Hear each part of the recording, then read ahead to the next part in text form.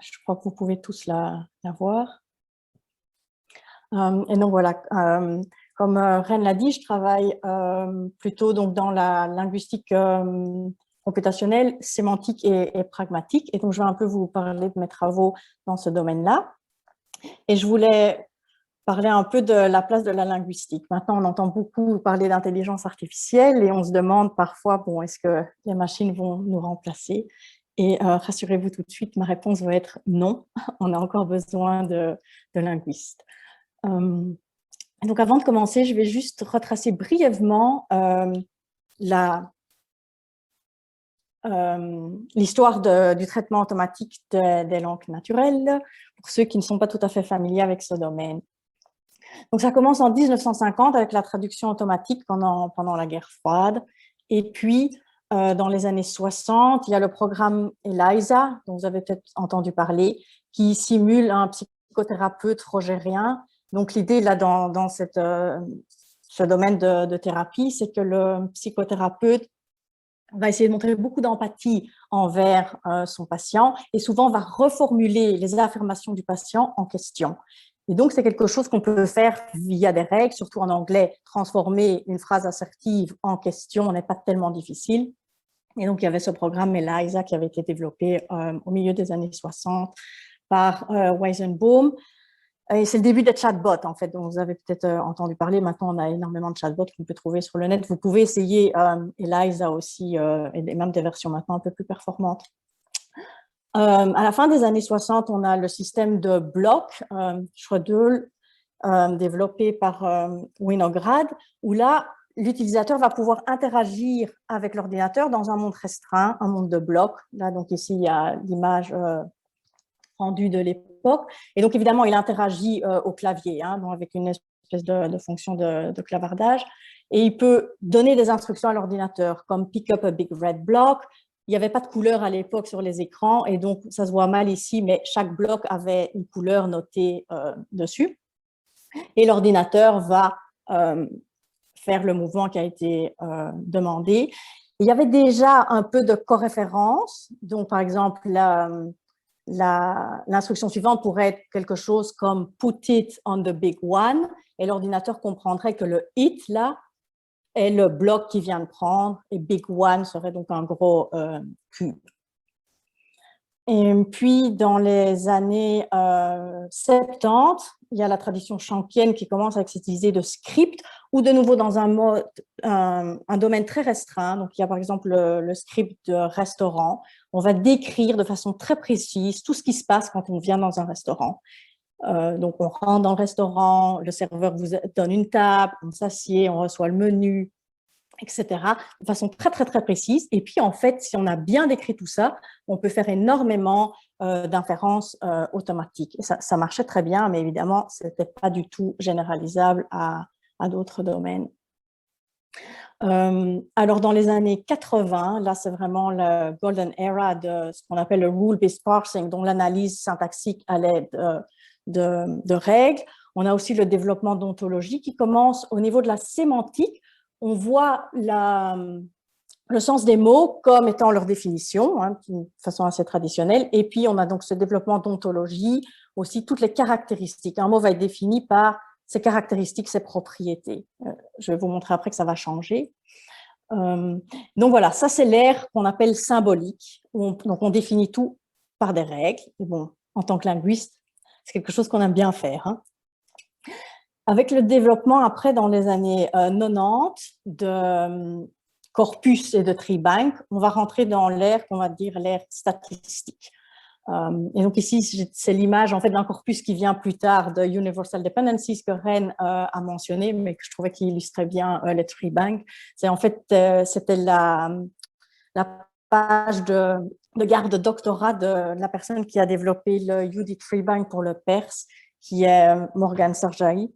Et donc voilà, enfin, c'est elle qui a dessiné aussi cet arbre.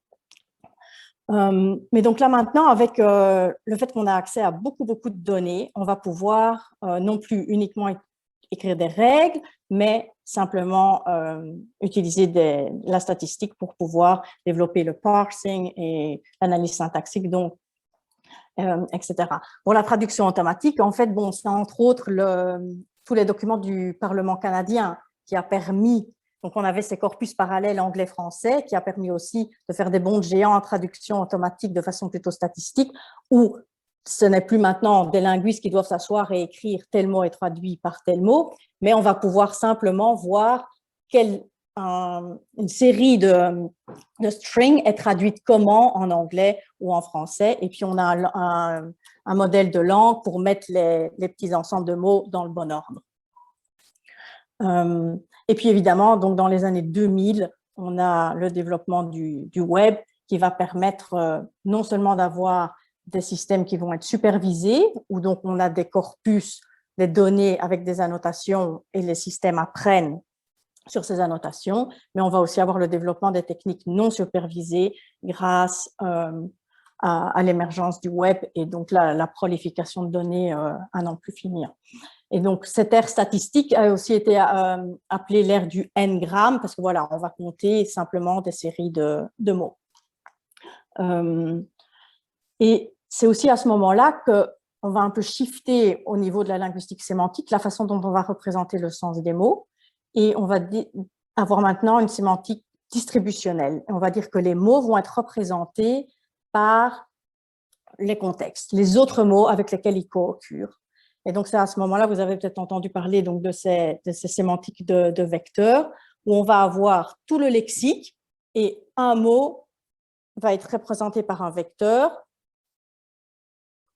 un slot pour tous les mots du lexique, et ce qu'on va compter, c'est combien de fois le mot en question qu'on veut définir apparaît avec les différents mots du lexique.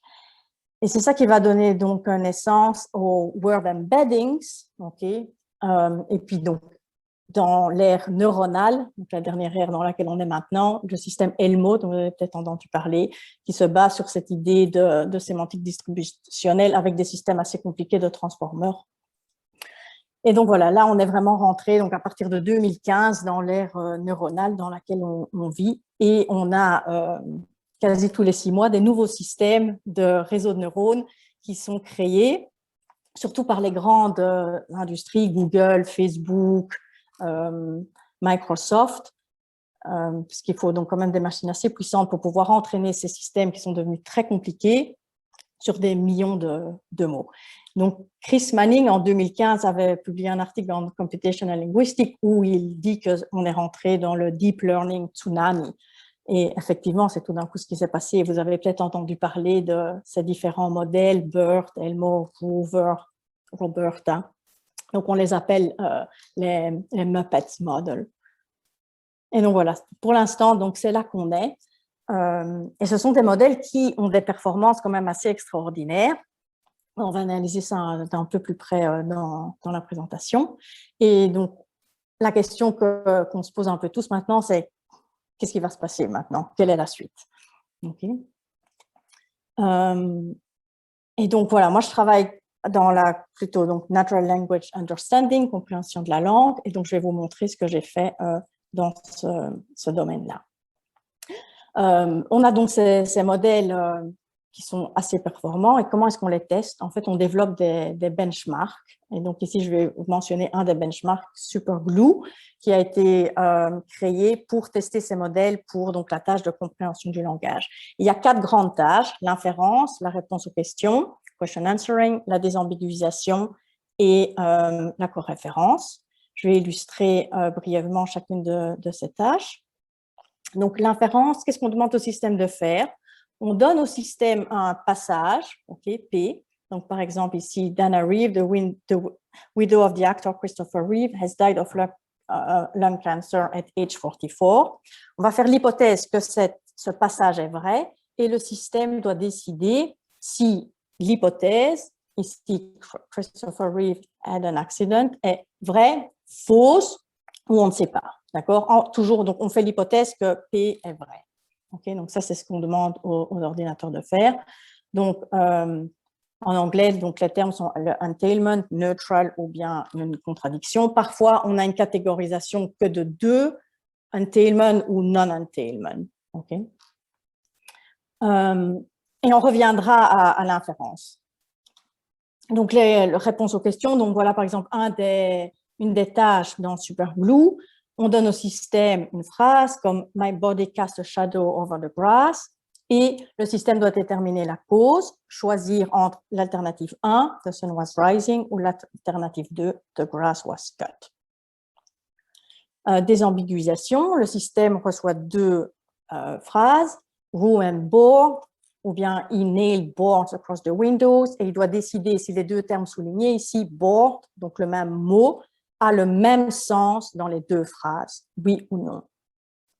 Et puis la coréférence, donc ça, je suppose que vous savez tous de quoi il s'agit.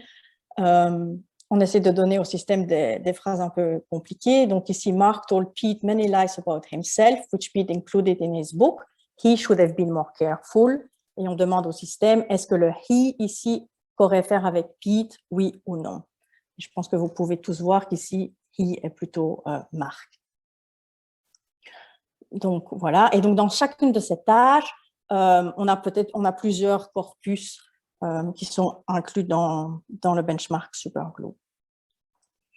Alors, plutôt cette année, donc au début janvier 2021, on pouvait lire sur le blog de Microsoft Research, Microsoft de Bertha, donc de nouveau un nouveau modèle, système de neurones développé par Microsoft, surpasses human performance on the Superglue benchmark.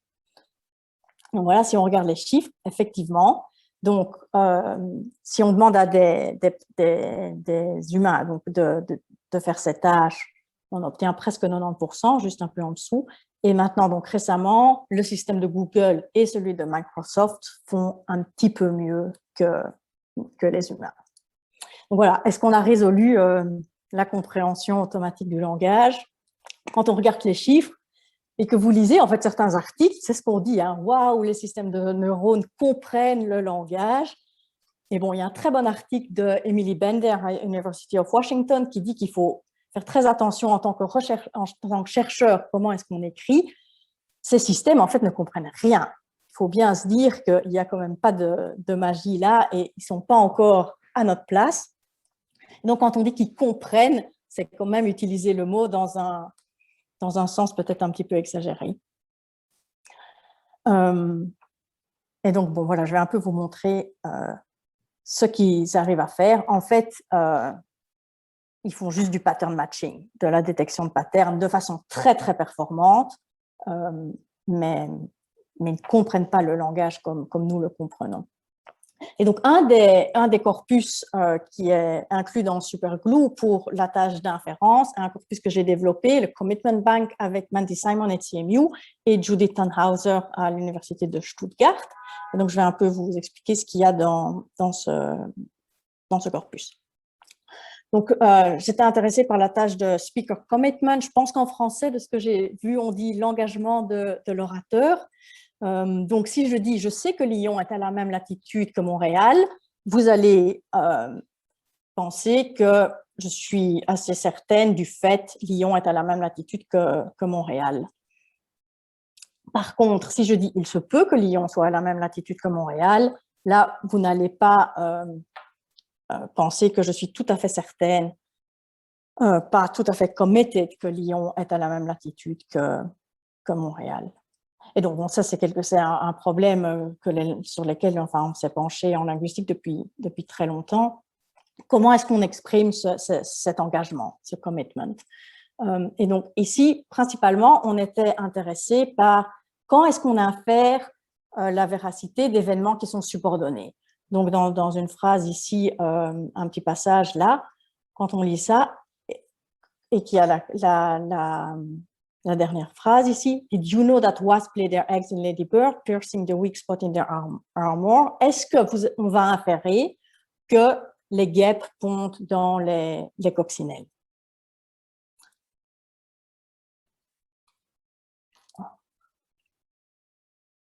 Et donc, ce à quoi je m'intéressais, c'était de trouver donc, les facteurs qui jouent un rôle dans ce qu'on déduit. Alors, donc, depuis déjà les années 70, donc Kartunen avait dit qu'il y a des verbes qui sont des verbes factifs, comme c'est, qui présupposent leur complément. Donc, si je dis Judith sait-elle que Marie est à Montréal, on va présupposer que Marie est effectivement à Montréal. Par contre, si j'avais dit Judith pense-t-elle que Marie est à Montréal, mais Marie peut être ou non à Montréal. Mais même Cartonnel lui-même avait déjà montré qu'en fait, il n'y a pas que cette sémantique lexicale. Et donc, un verbe comme discover, qui est censé être factif ou semi-factif, if anyone discovered that the method is also one but proved, they will want to scoop me. Dans ce contexte-là, on va inférer que la méthode est à l'épreuve des wombats, mais on peut construire un autre contexte. En fait, le premier est en fait construit et le deuxième est un exemple attesté que David Beaver a trouvé. I haven't tried this with wombat though, and if anyone discovers that the method is also wombat proof, I really like to know. Là, dans ce contexte-là, on ne va pas inférer que la méthode est aussi à l'épreuve des wombats. Et donc, on sait qu'il y a plusieurs facteurs qui jouent un rôle dans l'inférence de ces propositions subordonnées. Donc, si le verbe est factif ou non, ça a de l'influence. Évidemment, le temps, le contexte, comme on l'a vu, mais exactement comment est-ce que le contexte joue un rôle, ça, c'est pas encore tout à fait clair. Il y a plusieurs propositions sur la table. Peut-être que ça dépend de si le complément est issue ou non par rapport à la question qui est sous discussion. Mais voilà, la plupart de ces théories ont été développées sur des exemples qui ont été construits. Et donc, ce qu'on voulait faire, c'était essayer de voir, OK, si on prend des exemples qui sont naturellement attestés, qu'est-ce qu'on voit, qu'est-ce qu'on a? Et donc, voilà, donc ici, dans le Commitment Bank, on va chaque fois avoir des phrases qui ont la structure qui est indiquée ici sur la diapositive. Donc, on va avoir un verbe qui introduit une proposition subordonnée, la proposition subordonnée qui est celle à laquelle on s'intéresse pour l'inférence oui ou non. Et le verbe subordonné est sous un entailment cancelling operator, un opérateur qui annule l'implication, qui est donc la question, négation, antécédent conditionnel ou le modal. Donc, par exemple, donc, si je dis il fait beau dehors, j'affirme qu'il fait beau dehors, si tout d'un coup je nie, la proposition n'est plus vraie. Donc, c'est pour ça qu'on dit que la négation annule l'implication. La question, même chose. Fait-il beau dehors? Je n'affirme plus qu'il fait beau dehors.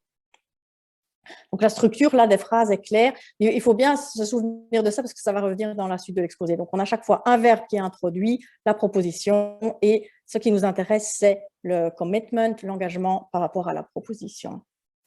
Et on a parfois une à deux phrases de contexte avant la phrase qui nous intéresse. Et donc, on a automatiquement pris des 1200 phrases, petits discours comme ça, et fait annoter l'engagement par des crowdsourced workers. Donc, ce qu'on voyait ici, vous voyez ce qu'un des participants de l'annotation voyait. On voit le petit contexte, la phrase qui nous intéresse, la dernière phrase, who said it was stressful, et le participant doit juger si Sally est certaine que Christmas shopping was stressful. C'est sur on annote ça, donc il y a 7 boutons, vrai, je ne sais pas, faux. Okay, c'est clair jusqu'à présent.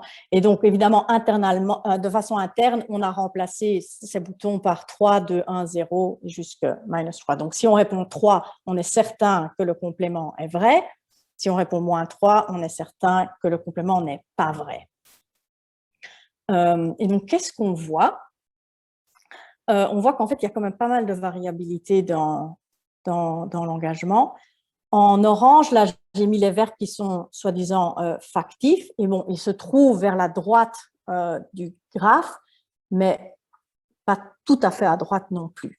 Donc ici, qu'est-ce que j'ai fait? J'ai fait la moyenne des annotations par verbe. Donc, il y a plusieurs discours. Ce qui est mis entre parenthèses, c'est le nombre de discours qu'on a par verbe. Donc, vous voyez, par exemple, pour remember, il y avait 5 discours. Et en moyenne, on a plus ou moins 1,5 comme score. Donc, pas jusque 3. Et donc, voilà, donc le contexte joue effectivement un rôle. Voilà un exemple du Commitment Bank. avec remember, qui est normalement donc factif. Ici, je vous laisse lire peut-être le contexte.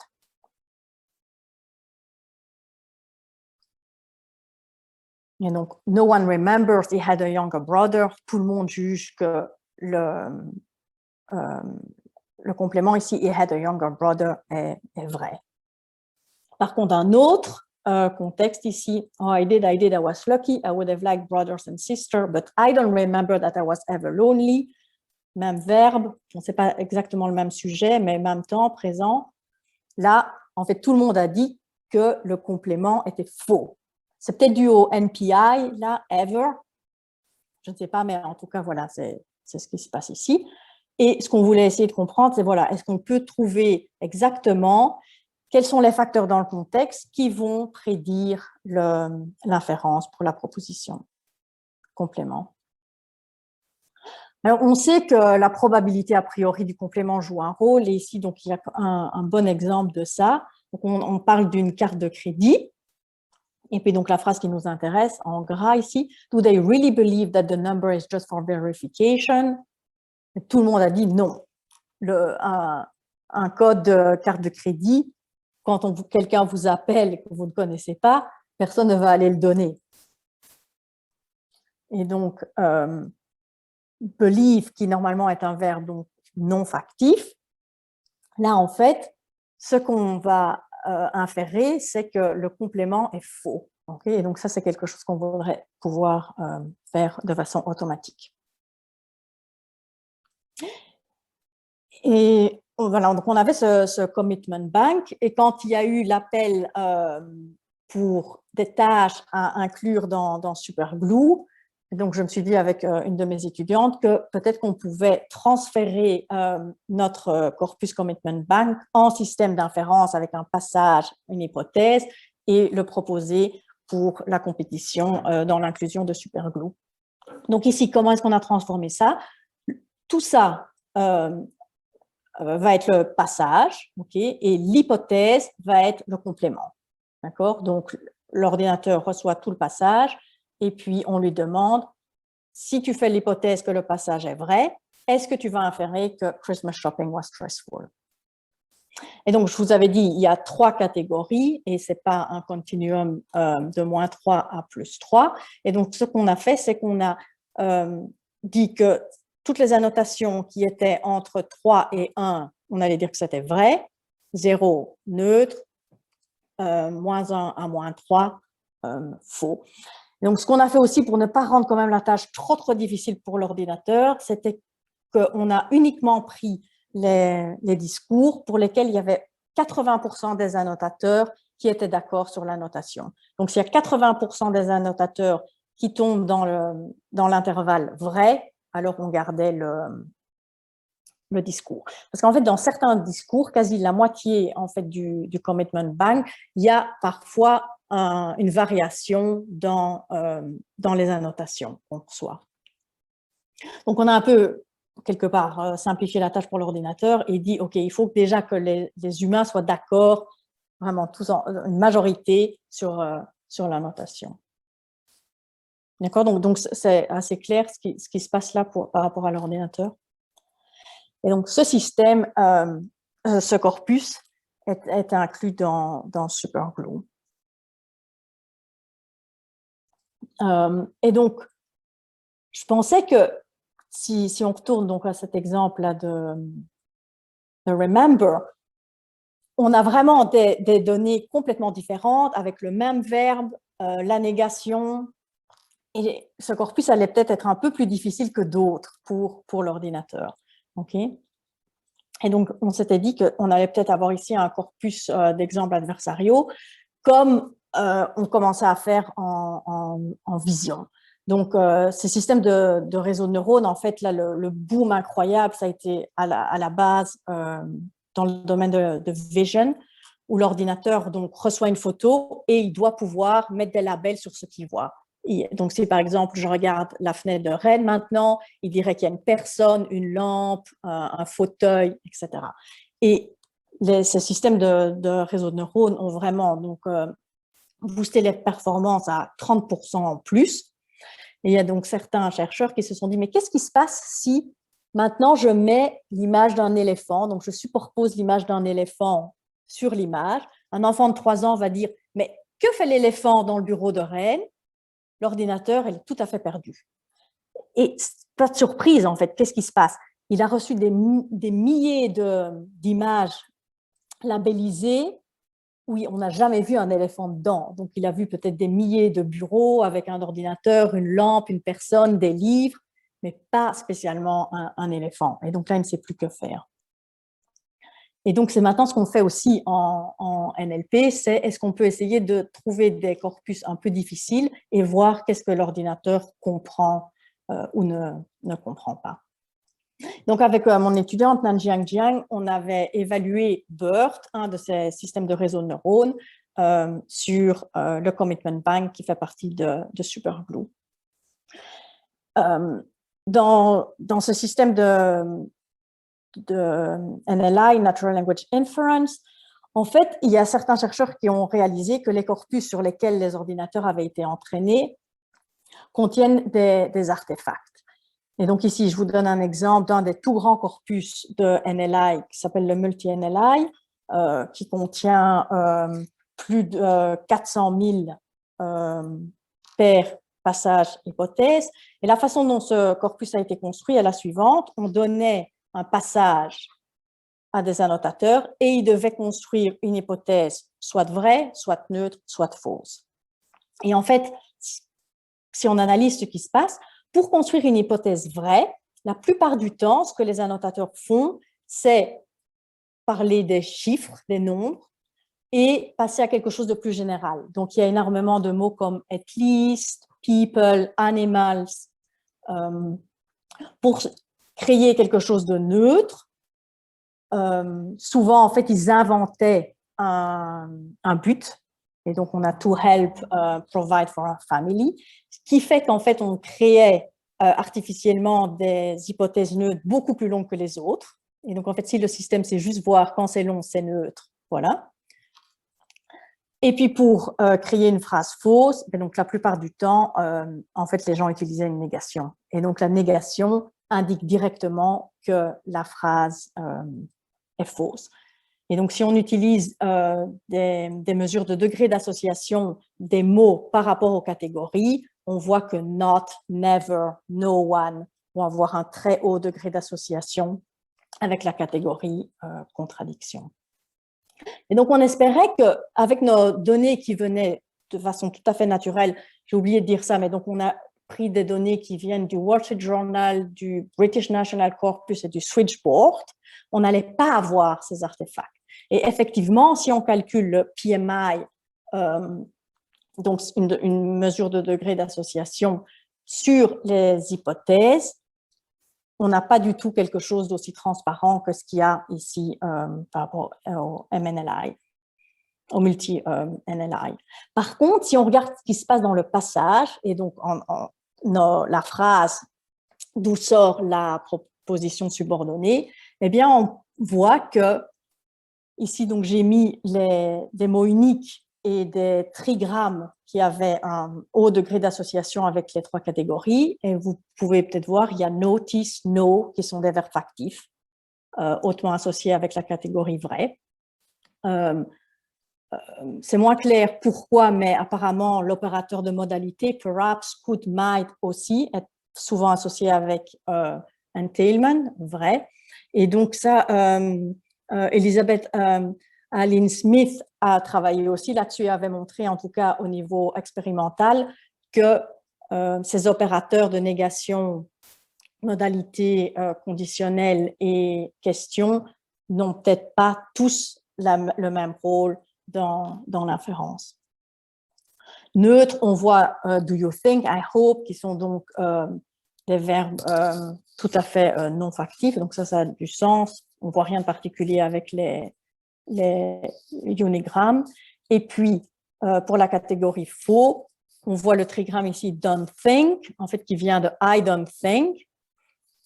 Et ça, en fait, en regardant les données un peu plus près, la plupart des données qui viennent du switchboard sont en fait ce qu'on appelle des neck-raising construction. Donc ici, un exemple, il y a un des interlocuteurs qui dit « Yeah, that's crazy ». And then you come here in the Dallas area. I don't believe that people should be allowed to carry guns in their vehicle. En fait, qu'est-ce qu'on veut dire là? On veut dire I believe that people should not be allowed. Hein? La négation, en fait, sémantiquement porte au niveau de la proposition subordonnée. Et donc, là, ce que j'ai mis sur le graphe, c'est tous les items du commitment bank qui comprennent les phrases I don't know, I don't think, I don't believe that, bla bla bla, par rapport à la catégorie. Et vous voyez que la plupart de ces phrases-là sont en fait des contradictions. Donc, en fait, on a tout à fait des constructions de neck raising là. Si on regarde ce qui se passe par rapport au verbe factif, donc ici j'ai mis tous les items en fonction de si le verbe principal est factif ou non factif, et vous voyez que la plupart des verbes factifs sont associés avec entailment, ce qui était donc la catégorisation de Laurie Karttunen des années 70 déjà. Mais pas tous. Vous voyez qu'il y a quelques oranges dans neutral et contradiction. Et puis si on regarde ce qui se passe au niveau des opérateurs, on voit que donc la négation, donc ça c'est pas du tout surprenant vu que la plupart de ces négations viennent aussi dans ces I don't think, believe, no, mais sont associées avec la contradiction. Là dans le bas du graphe, la négation est en bleu. Comme on l'avait vu avec les degrés d'association, il semble que l'opérateur modal est plus présent avec l'entailment, l'orange plutôt massivement en haut du graphe. Les questions, c'est pas tout à fait clair. Et donc, voilà, qu'est-ce que la machine apprend? Donc maintenant, qu'est-ce qu'on a fait? On a entraîné BERT, donc un de ces modèles un système de réseau de neurones, sur et on l'a testé sur le commitment bank. Mais d'abord, donc, comment est-ce que les humains font? Donc, en fait, quand ce corpus a été introduit dans Superglue, Sam Bowman et ses collègues qui ont créé Superglue à NYU ont fait réannoter par des humains les données pour être sûr que les hommes sont d'accord. Vous voyez que ça se passe plutôt bien, hein, presque 100%. Donc, qu'est-ce qu'on fait en fait? Donc, pour tous ces systèmes, on a donc un ensemble de données, on les partage en général en 3 groupes, le set d'entraînement, training set, de développement et de test. Okay? Et donc, on teste évidemment sur l'ensemble de tests. Ici, donc, il y a 250 items dans cet ensemble de tests. Et donc, on a BERT, qu'on va un peu fine-tuner sur multi-NLI, ce corpus de NLI qui est vraiment très, très grand. Le problème donc, de ces systèmes neuronaux, c'est qu'ils ont besoin d'énormément de données. Et vous voyez que si on teste le système entraîné sur multi-NLI, on sait bien, on a plus ou moins 75% accuracy, mais ce n'est pas génial. Si on lui laisse voir 250 phrases de training du commitment bank, tout d'un coup, on arrive à 91%. Donc, là, en lui faisant voir qu'un tout petit peu de données, hein, seulement 250 en plus, ce système de réseau de neurones est déjà beaucoup plus performant. Mais si maintenant on teste les systèmes sur multi-NLI, lequel est-ce qu'on doit choisir? A priori, vous n'allez pas savoir si la phrase que je vais vous donner, elle vient de multi-NLI ou du commitment bank. Si vous avez un système qui est entraîné uniquement sur multi-NLI, vous voyez qu'il fait bien mieux, 83% sur la droite du graphe. Mais si après je le teste sur le commitment bank, on chute à 77%, et vice-versa. Si j'ai entraîné mon système sur multi-NLI et commitment bank, je fais très bien sur commitment bank, mais ce n'est pas dingue sur multi-NLI. Là, on chute de nouveau de plus de 10%. Donc ça, c'est quand même un problème de ces systèmes qu'on a actuellement, c'est qu'on arrive à avoir des performances assez bonnes s'ils voient les bonnes données, en fait. Et donc, on a repéré toutes ces règles qu'on a vues dans les données, et donc on s'est demandé qu'est-ce qui se passe en fait, qu'est-ce qu'on obtient comme performance si on a juste un système très basique en utilisant les observations qu'on a vues. Donc, on va dire que si on a un opérateur modal, c'est l'entailment. Si on a I don't know, think, believe, contradiction. Un verbe factif, entailment. Si on a la négation, plutôt contradiction. Et alors le reste, on va dire que c'est neutral.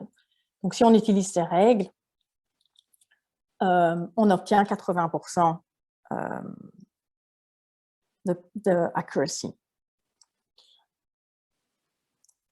Donc, voilà, quand on voit le chiffre 91, on se dit, ah, c'est vraiment bien, mais en fait, avec des bêtes règles, juste en voyant des patterns dans les données, on a déjà 80% de performance.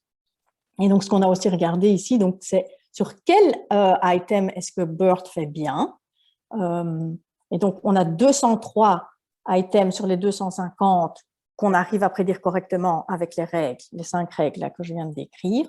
Et vous voyez que sur celle-là, BERT obtient presque 90%. Enfin, le BERT qui est entraîné avec Multi-NLI et le Commitment Bank. Par contre, il n'est pas si doué pour pour les items, les 47 items là sur la droite du graphe, où les règles ne savent pas les prédire non plus. Et donc, voilà. En fait, BERT identifie des patterns, certains patterns que les linguistes avaient déjà identifiés depuis les années 70, en fait. Et les items plus compliqués, pour lesquels on n'a pas encore vraiment de théorie. Donc, comment est-ce que le contexte joue un rôle pour prédire la véracité de la proposition? Mais BERT ne sait pas non plus, par magie, les prédire correctement.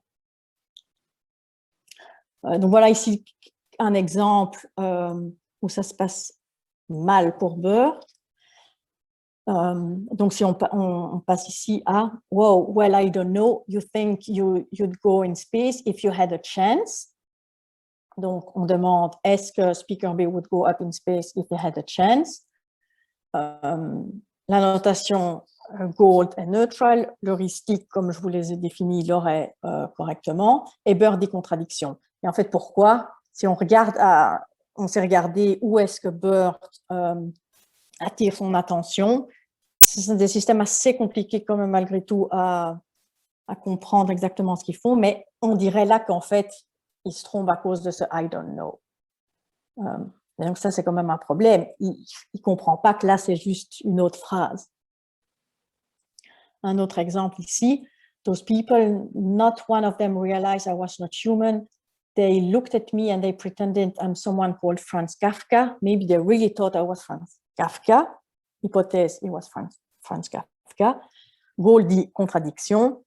Le heuristique tel que décrit se trompe. Et BERT aussi est dit que c'est entailment.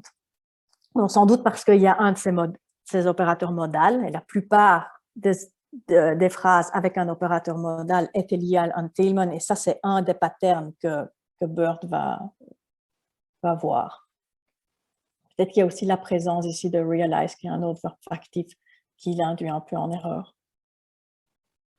Mais donc, le take-home message que je voulais faire passer ici, c'est que voilà, donc souvent on entend dire que ces systèmes de neurones sont assez extraordinaires. C'est vrai qu'ils arrivent à faire des choses assez incroyables, mais quand on regarde vraiment dans le détail, ils identifient des patterns. Et dans plusieurs domaines, c'est comme ça. Et on a encore besoin de mieux comprendre les données, tant du point de vue de la linguistique formelle, mais puis alors aussi peut-être pour pouvoir améliorer ces systèmes automatiques. Qu'est-ce qu'on doit vraiment prendre en compte dans le contexte pour pouvoir prédire correctement la véracité de ces propositions? Et donc, avant de conclure, je voulais encore vite vous parler d'une tâche en analyse de sentiments, très rapidement. On a participé à cette share task Build It, Break It en 2017 avec les étudiants et les profs intéressés en linguistique computationnelle à OSU. Donc là, le but du jeu était que pour l'analyse de sentiments, il y aurait des équipes qui allaient construire un système, développer un système, et des équipes qui allaient essayer de construire des données difficiles, qui allaient mettre les systèmes en péril. Okay, et donc, les linguistes, c'est le genre de choses qu'on aime bien faire, et donc on s'était dit qu'on allait participer. Donc, quel était le but? On recevait 500 phrases du Stanford Sentiment Tree Bank, qui est un des gros corpus pour entraîner les systèmes d'analyse de sentiments. Et on devait les transformer de façon minimale et espérer que notre transformation allait créer des problèmes au système qui participait. Donc ici, ça c'est donc le Stanford Sentiment Tree Bank, en fait, c'est toutes des reviews de films. Okay, donc on a une phrase là qui était jugée positive, dégageant un sentiment positif par les annotateurs du Stanford Sentiment Tree Bank. Et donc nous, on devait soumettre au moins 100 phrases transformées. Et donc voilà, on a changé le if en despite et le would en is. Donc, j'espère que vous êtes d'accord avec moi que quand on fait ça, le sentiment devient négatif. Despite its show-off back and forthing of time, the movie is a banal, pointlessly depressing exercise. Là, nous, on l'avait jugé comme négatif. Et en faisant ça, tous les systèmes n'arrivent pas à correctement prédire que c'est négatif. Donc ici, voilà les résultats repris dans notre article. Donc, il y avait 6 systèmes qui avaient participé. En bleu, ici, on voit les performances des systèmes sur les phrases originales. Donc ici, par exemple, sur la première phrase, vous voyez qu'ils font ça plus ou moins bien. Et puis les phrases qu'on avait éditées, là, tout d'un coup, ça ne va plus du tout. Et donc l'année passée, ah oui, un des systèmes, une des stratégies qu'on avait utilisées qui fonctionnait très très bien, c'était simplement de swapper les clauses conjointes. Donc si on avait donc ici le film, on parle du film, hein, Munich ricochet all over the place, but its target dead down. Si on le flippe, donc nous on estimait qu'alors le sentiment devient négatif. Et ça, de nouveau, les systèmes n'arrivent pas à le faire convenablement. On avait alors, l'année passée, essayé de voir comment est-ce que Roberta s'en sort, donc encore un de ces nouveaux systèmes de réseau de neurones. Et donc, vous voyez que sur les données originales, c'est pas mal, mais donc les données que nous, on avait transformées, ça ne va plus du tout. Et donc, on sait très facilement, en fait, créer des phrases qui n'ont pas l'air complètement non naturelles et les systèmes ne savent pas les traiter correctement. Donc, on est quand même encore bien loin de la traduction, de la compréhension du langage de façon tout à fait automatique. Et donc, où va-t-on? Donc, pour être tout à fait honnête, si on lit le blog de Microsoft Research, quand ils ont dit, voilà, notre système dépasse les humains, à la fin de l'article, on lit cette citation. Moving forward, it's worth exploring how to make the BERTA incorporate compositional structure in a more explicit manner, which could allow combining neural and symbolic computation of natural language, similar to what humans do. Et donc là, maintenant, enfin, le domaine du TAL converge quand même et se dit que oui, la façon dont on va pouvoir améliorer ces systèmes, c'est aussi en revenant à un calcul symbolique pour lesquels, évidemment, les linguistes sont très bien équipés. Et donc, voilà, on va continuer à travailler là-dessus et voir quels vont être les progrès du futur. Et on continue aussi à développer ces systèmes de corpus adversariaux pour essayer de tester les limites des systèmes automatiques. Et donc, pour être optimiste, les linguistes continueront à avoir une place prépondérante dans le traitement du langage automatique. Voilà, un grand merci.